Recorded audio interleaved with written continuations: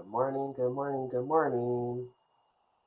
We will give it a few moments here for people to jump in and we will launch our most recent episode of Caffeine. Very excited to be here this morning.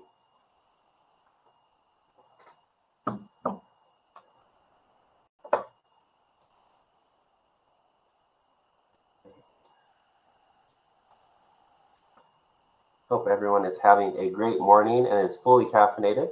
Last time we did this, we had a power outage the night before and my coffee machine didn't turn on. So I forced it to turn on and ended up with the bottom cup of coffee. And if you go back, you can probably see my face cringe every single time I took a sip of it. So today we have our regular coffee again, more cream than coffee. That's just how we do it. We're very excited once again to be here this morning with all you wonderful people. And with that, we'll jump into it because it's a lot of me just sharing who I am and what I do early on, and we'll give people an opportunity to get in. Yeah. So what is Caffeine? It is amazing to see this take shape over the last, I think 5 months, 6 months.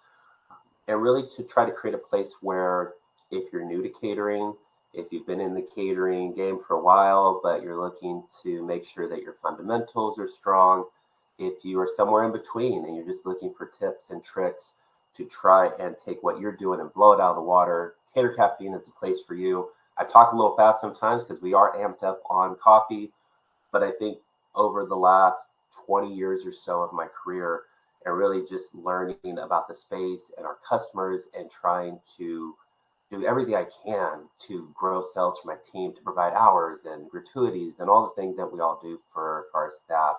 I've really come to love and enjoy and appreciate what catering has to offer. I'm excited to take all that experience and now share it with all of you. So who am I? High level, my name's Jerome Dees Jr. I have started off as a delivery driver for Noah's Bagels many years ago. From there, I was able to get promoted to a sales manager overseeing 6 locations in the Bay Area. I had had my own catering company prior to that to help pay my way through college. Very simple foods, just done well. One of the last persons in line to have the same experience as the first person. So I had gone to too many buffets where you get to your spot at the end and the food doesn't look very well or it looks picked over. No, we wanted that line to look as beautiful as it did when people started. And that was my silly claim to fame in my younger years. I took that experience, my delivery experience, became a sales manager. I blinked and I went from 6 stores to 55 locations in 3 states, overseeing almost 100 people, doing hundreds of deliveries per week. And I did not have a playbook for that. When I started, I was handed a menu and they said, go do it. And I'm like, do what? What do you want me to do? What's the training look like? Who am I approaching? Is there a customer list? And I had to figure that out all on my own. From there, I was able to get promoted at a different company to be a director of sales, learned a lot there, became a senior director and then vice president of sales. And now 2 jobs later, still having the VP of sales title. It's been a long run. I love to share that I've catered for Super Bowls, US Open at Pebble Beach. I've done a WrestleMania where we catered a golf tournament for the wrestlers, and I'm a huge wrestling fan. You can make fun of me offline if you want to connect.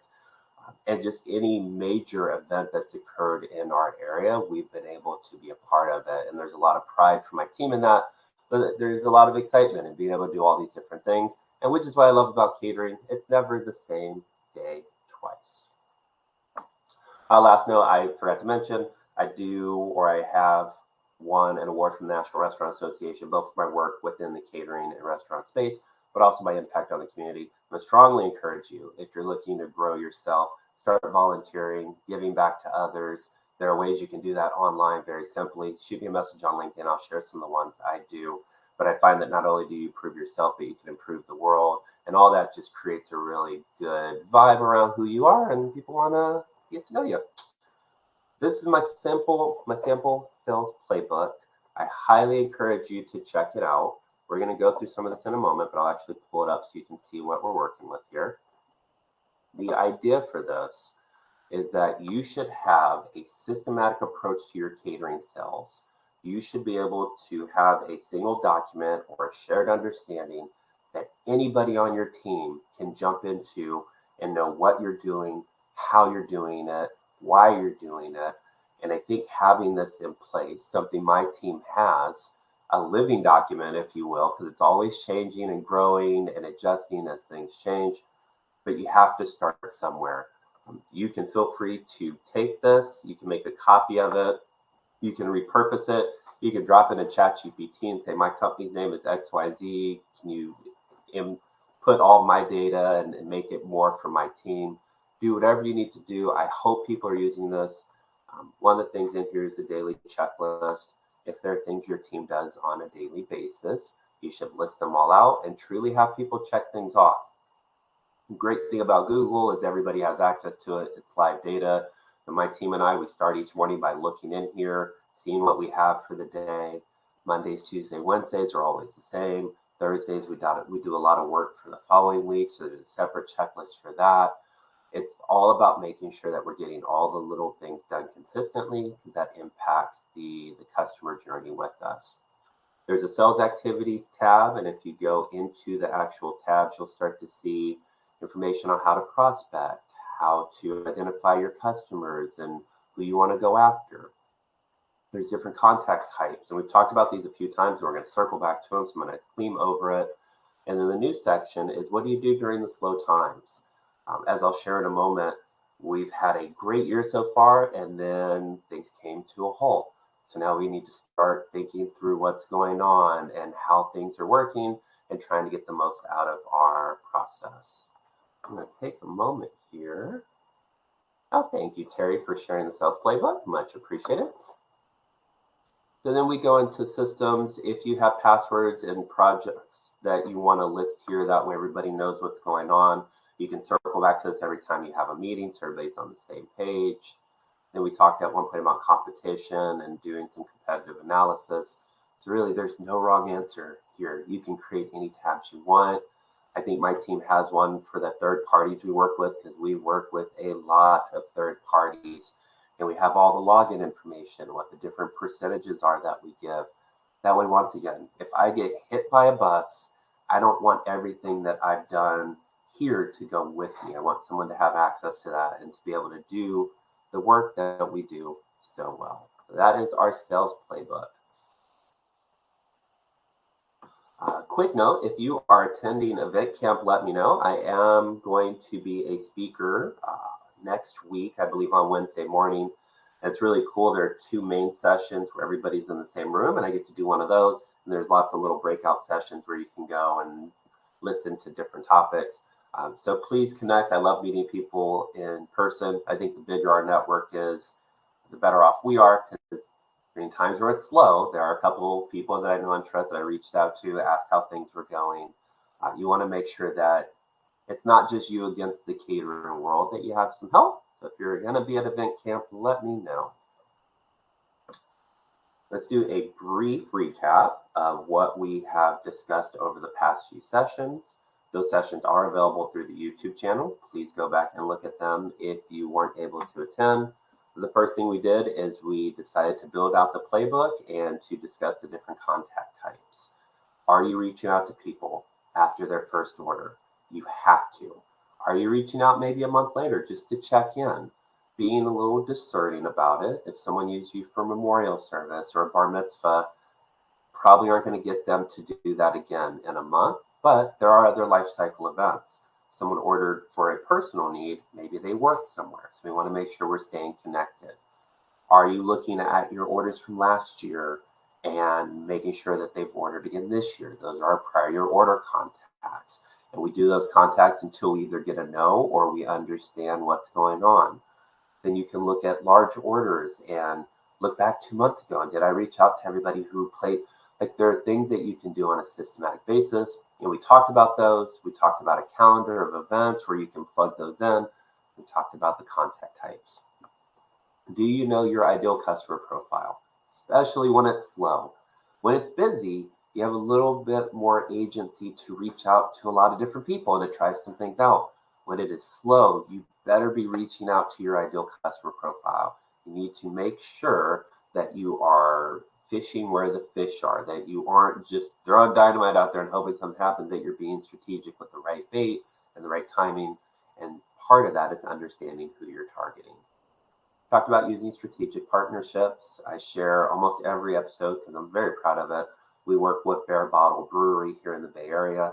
They have a few locations, and I love it because someone will go to the brewery where they don't have a food program. They'll book space. Right away, they give them our name. They reach out to us with a number of people, a date and a time, and a menu. We send out a contract. It's usually signed within a day, which is not our typical timeline for getting contracts signed. And then we show up with food, and it's a win-win for everybody. We always bring extra food for the staff at the brewery, so they know they get something on the back end. There are these partnerships where everybody wins.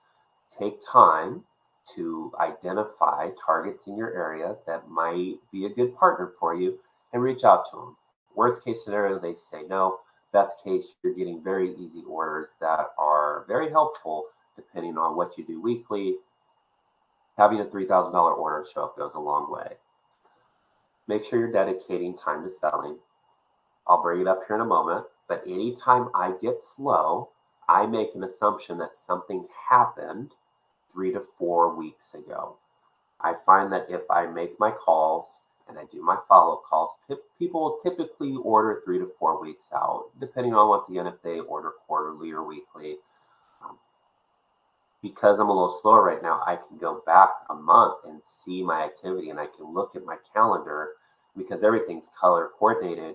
If I see a bunch of green, okay, maybe it wasn't me. If I see a bunch of red, which is meetings or emergencies, maybe I could have prioritized a little better, or maybe not. Maybe someone was out on vacation for a couple weeks. I did what I had to do to keep the wheels moving, but it wasn't the sales activity that gets us the results this week we would have liked. We want to make sure we're dedicating time to selling and understanding when we should be selling and tracking that. Talked about competitive research. Do you know who your competitors are? Is there a new taco shop that's opening up right down the street from you? Maybe the foot traffic is slower. You have to know why. We don't ever want to assume we have an answer. As soon as I saw things slow down, I started to do some analysis. What's going on? Who ordered last year? Are the third parties firing the way they are? There's usually an answer if you can look through it. And having that competitive research, knowing what's going on around you, knowing what your competitors are charging, maybe they're running a promotion right now, all that information helps you. And we talked about secret shopping your brand. If you are a sales manager or an owner or a director, make sure you place a catering order through your brand. Don't tell them it's coming to you. Use a fake name.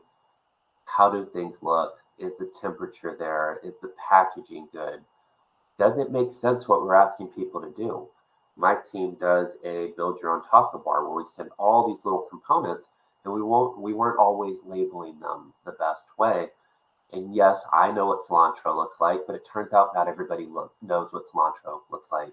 I know what chopped onions are. I know what pickled onions are because I live it. I breathe it. It's my life.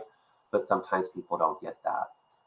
One of the biggest things that stood out was our plant-based chorizo is so convincing that people mistake it for regular chorizo all the time.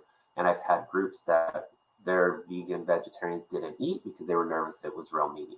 Great problem to have in the terms that we've selected a great product, but not so great for the people that didn't eat. So now we're making sure we're labeling all those things. We have really cool table tents. So as you secret shop your brand, you can identify things that, well, would I know this if I was a customer? Everything's just dropped on a table and then we leave. Should we give directions? Is it a QR code that says, here's how you enjoy your taco bar? Sometimes the solution is simple. And then we talked about last session, looking at your first-time customers and really trying to get them to a point where they're ordering their second and their third time. Some of the work which I've done over this past week for us, once again, as things were slow, we'll jump into that momentarily. Once again, the whole idea behind the session, my team had a phenomenal Q1. We had a great Q2.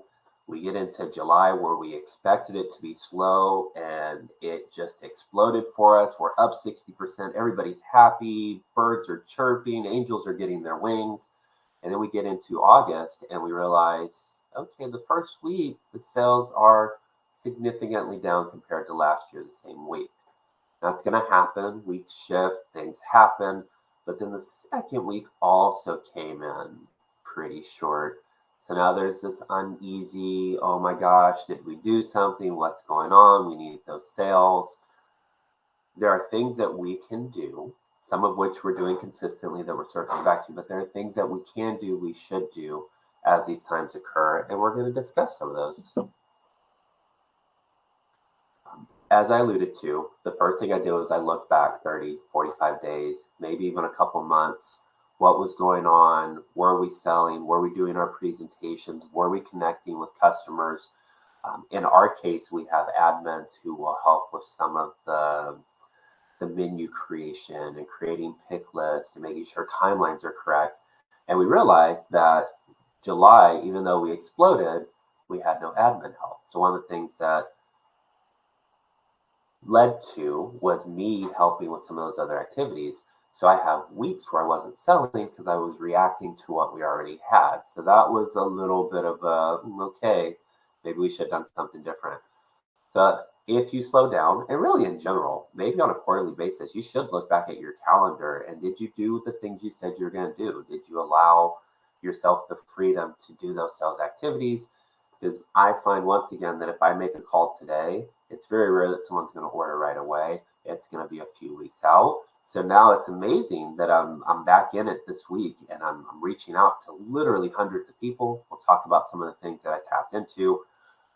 But really, that's not going to benefit me this week. It may benefit me a little bit next week, but really that's going to start pushing into September, where we also want the numbers, but I need to get things going right now. One of the things that's very helpful, and the reason I identified the things were a little shaky, is you have to track your sales. If you're for a larger organization that does that for you and they send out a report, that's amazing. Make sure you're spending time looking at that report. What were my sales this year? What were my sales last year? Is there a delta between the two? What are my order counts? Am I looking at, we have more orders this year than last year, but maybe the average order value is down. There's a lot of things going on in the economy right now. Tariffs, if you believe they're real or not, they have an impact. What is going on that impacts what you're doing? Were there huge orders last year? Because sometimes people have those weddings, those bar mitzvahs, where they're spending $10, $11, $12,000. And depending on what you're doing, we have some weeks that we do $90,000 a week here, and we have some weeks that we do $40,000. $10,000 on a $40,000 week is a significant percentage. So even though you may be down, it may not be this catastrophic, everything's falling apart. It may just be that you had a really good week or stretch of weeks last year. And the more you plot this out, the more you understand your numbers, the better you can articulate what's going on when inevitably you're asked about it in a meeting or store managers wondering what's going on because they have staff that's looking for hours and the numbers aren't right. You need to make sure you're tracking your numbers. So the very first thing I did after all that analysis and freaking out a little bit, because we're human, we have emotions, I went to my customer list. Who are those people that have ordered over the last 60 to 90 days? Did I do my first time order contact? If not, I've got plenty of time right now. Let's get to it. Did I do my first time order 1 month later, where maybe we checked in with them, especially if they said, hey, everything went really well. That's great. Well, now I need to pursue that. Hey, I wanted to check back in. I know things went well. My staff was super excited to work with your team. When's your next lunch? What's going on? Are there other contacts with your group? I can bring in some samples and show you other options we have. Hey, we have a gift card promotion. If you kick me a contact, I'll be happy to send you a gift card for your personal use after Bob. There's so many little things that we can do. You don't want to do all that on a call. They might think you're crazy, but pick a few things and pick up the phone. These are people who know your brand. They have ordered at least once. Your goal is to convince them to order again.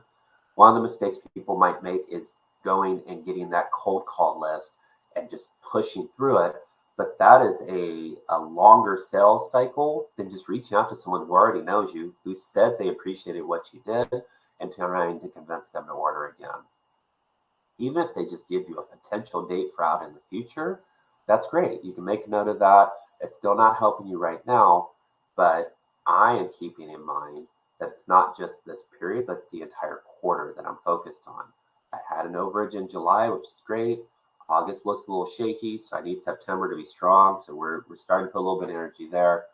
But a sell is a sell, even if it doesn't fall in these lines that we've created.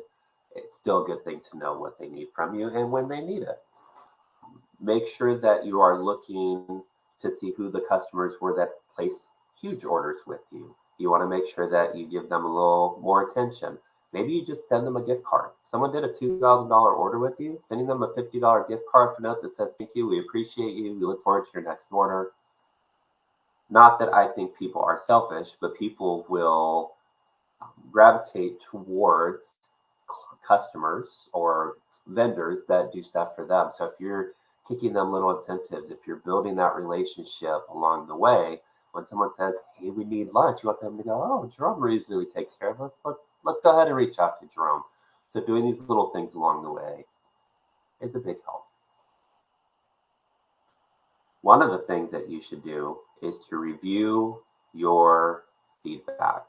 Make sure you are going through the last couple months, especially as things slow down, and seeing what the feedback from clients has been.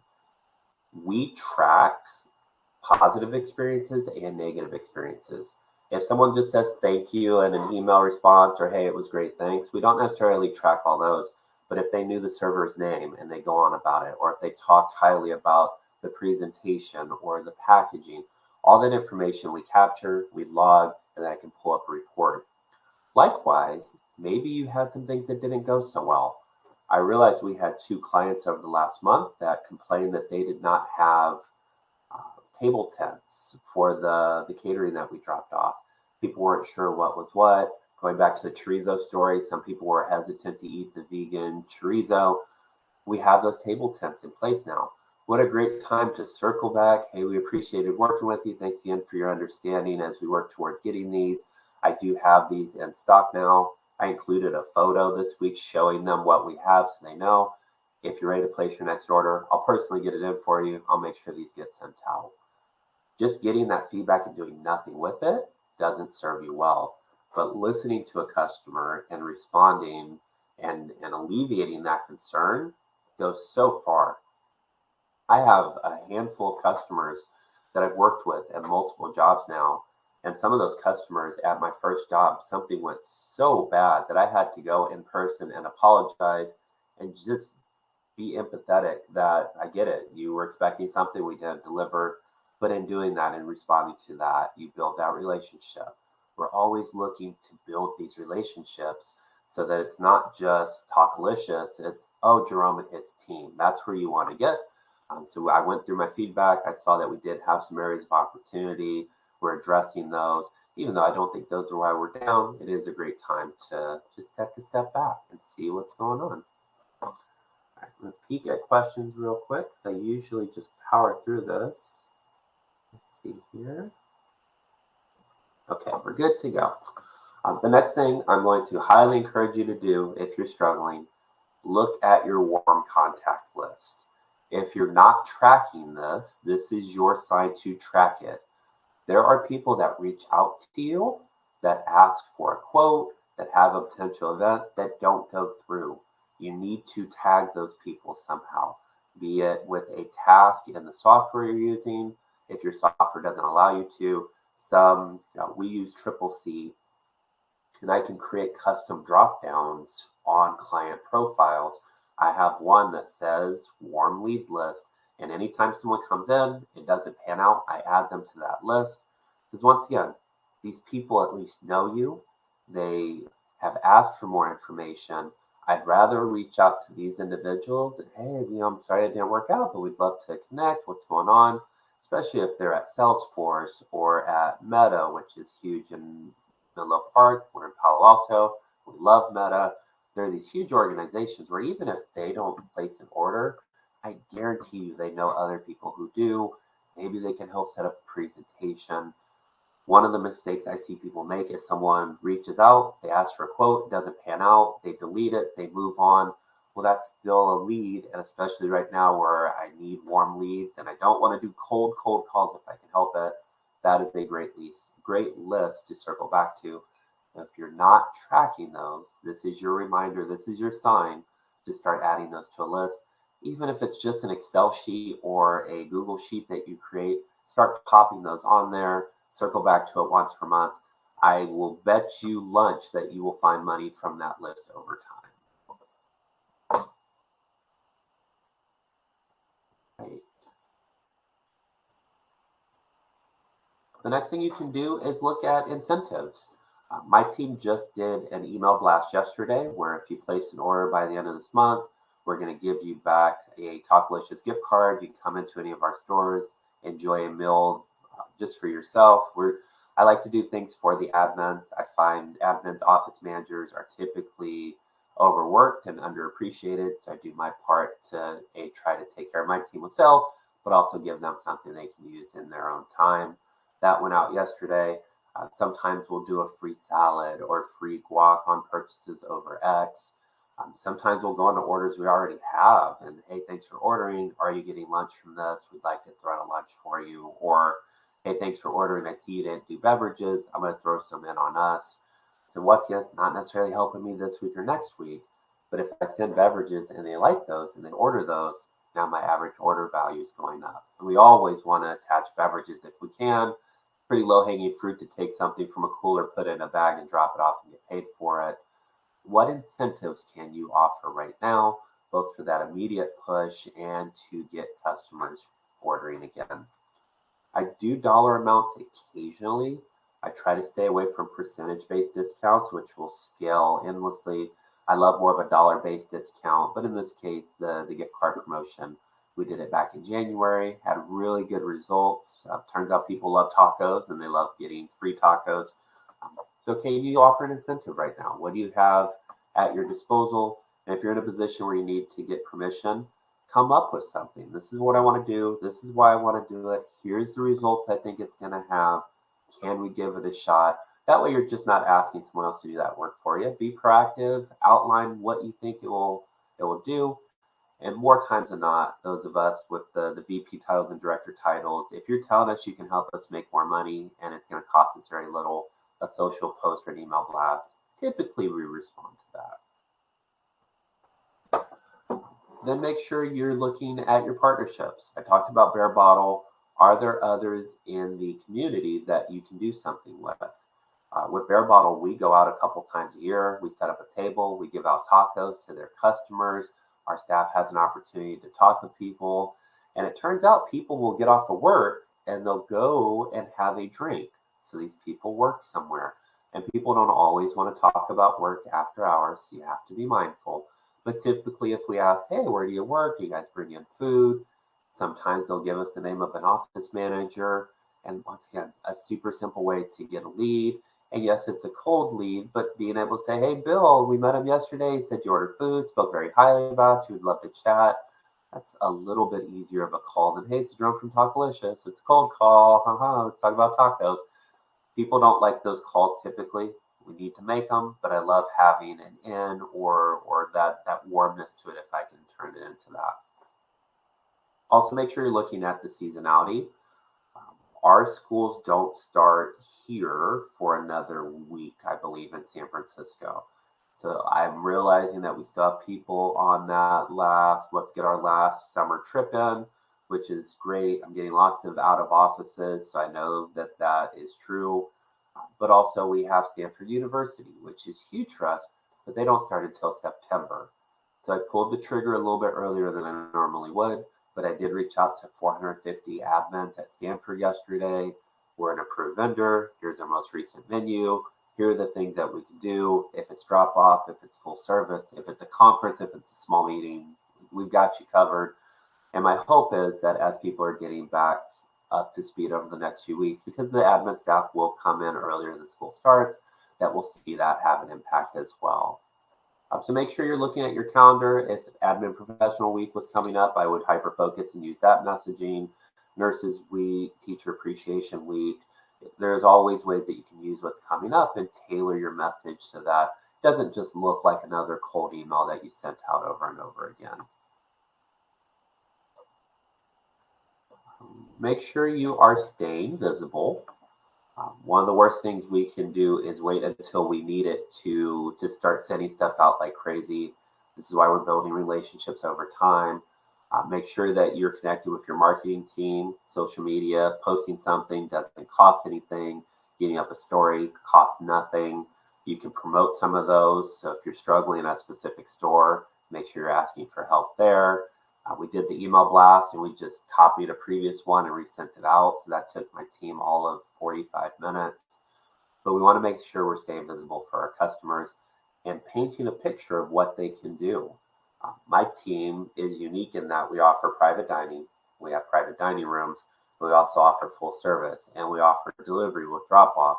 So we have these multiple buckets that we can utilize, but we have to paint that picture sometimes. For those who just get delivery, I will send out notes saying, hey, we offer private dining. You should come in. We have this room. You can get out of the office. For people who've only done private dining, it's the reverse. We can also offer delivery. We can come to you. It doesn't have to be a $5,000 event. We want your $500 event too. Make sure you're staying visible and you're communicating the different ways you can provide value. All right, and let's see. I'm going to throw a couple of these questions up here. All right, what kind of short-term incentives or partnerships have you found most effective for driving sales during a slow period? And if you can hear the dog barking, welcome to work from home life. For me, I like offering, once again, things directly to admins. If it's a free box lunch, it's a free gift card for placing an order. Maybe it's free beverages or something on the order. I find that that goes a very long way. And we always try to put an end date on it to drive that sense of urgency. We don't do a tremendous amount of giveaways or incentives here. It's actually pretty rare. I think we've done more this year than we did last year, which was more than the year before. And I've only done maybe 4 or 5 this year. So we tend to see that people appreciate that it doesn't happen very often. So when we do offer those little things, they go a long way. Let's see here. We talked about that. Check that off.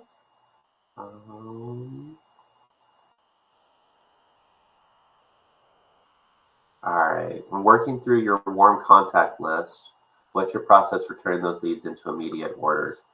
Great question. Sometimes we'll talk about what we're doing with others, especially if they came in for a PDR, but I have to paint that picture for a drop off. My goal is to make sure people understand we're going to make it as easy as possible. 99% of our deliveries we do in-house. Sometimes we'll do an easy dispatch or we'll do a DoorDash driver, but for the most part, it's our team. They're showing up, they're doing their thing. My hope is to make sure people understand that we've got you covered. You can trust us, you can count on us. And I talked in a previous session that sometimes people are placing smaller orders as a way to test the waters and then to do those larger orders. So it's really asking the right questions, identifying what they do, what they have available, painting that picture of what you can do. You know, with Salesforce, oh my gosh, we just did the same thing. It was for 450 people. We went to 4 different floors. Sometimes I'll use a larger example to alleviate any concerns there might be for that smaller order, but sometimes really just painting that picture and communicating our value will go a very long way. How do you approach reviewing customer feedback to spot and fix problems that might be hurting repeat business?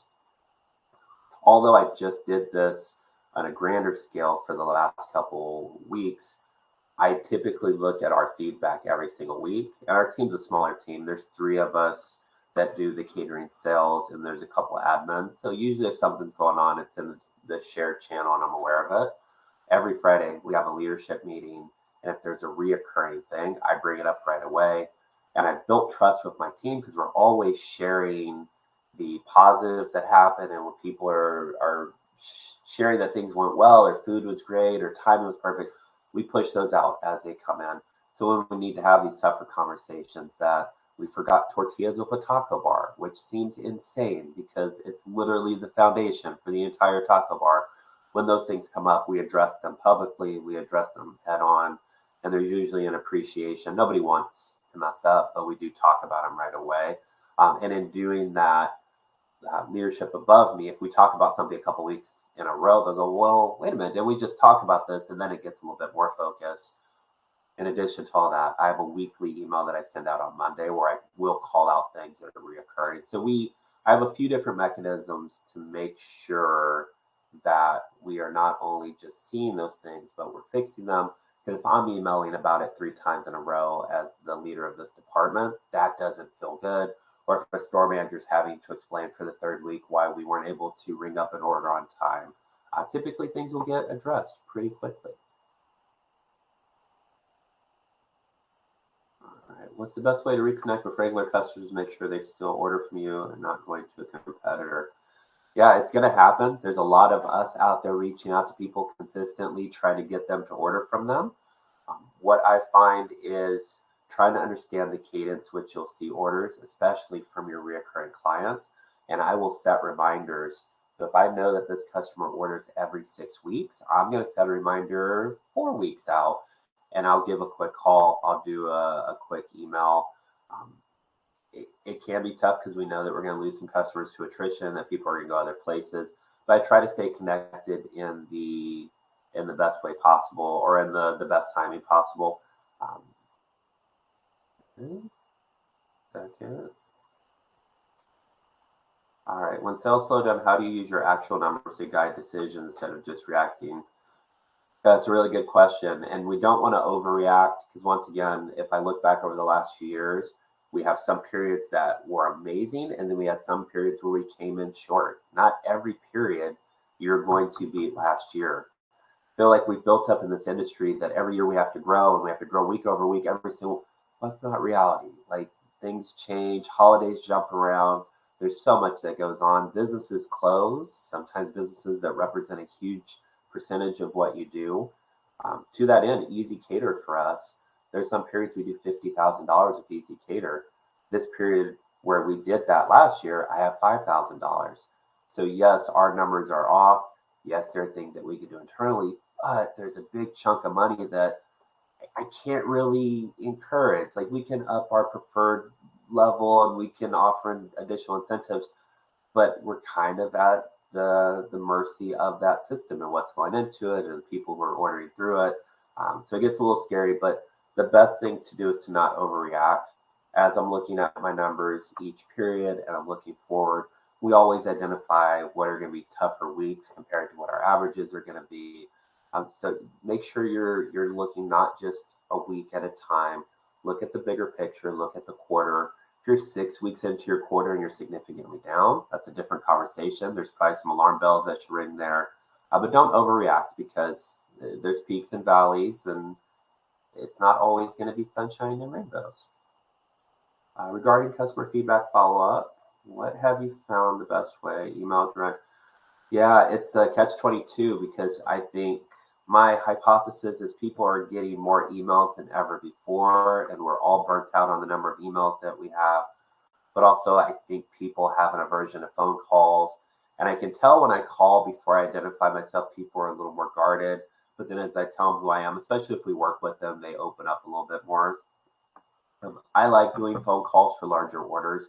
I want people to know that there's a human on the other end and someone who identifies with who they are and also orders food occasionally and gets it, especially if there's some sort of issue with an order. Reach out to someone and call them. It goes a long way. So typically, it's going to depend on my week and the time that I have available. If I have time to call everyone, I'll try to do that. Otherwise, I'll block my time. I'll start by sorting it by dollar amount. I'll reach out to as many as I can by phone, and the rest I will turn into an email. Good question. All right, I think I got them all. So once again, stay visible. We don't want to just pop up when things are bad. We want to have that consistent messaging out there.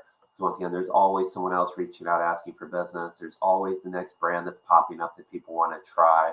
And we hope that people come back home eventually, but we want to make sure they remember us.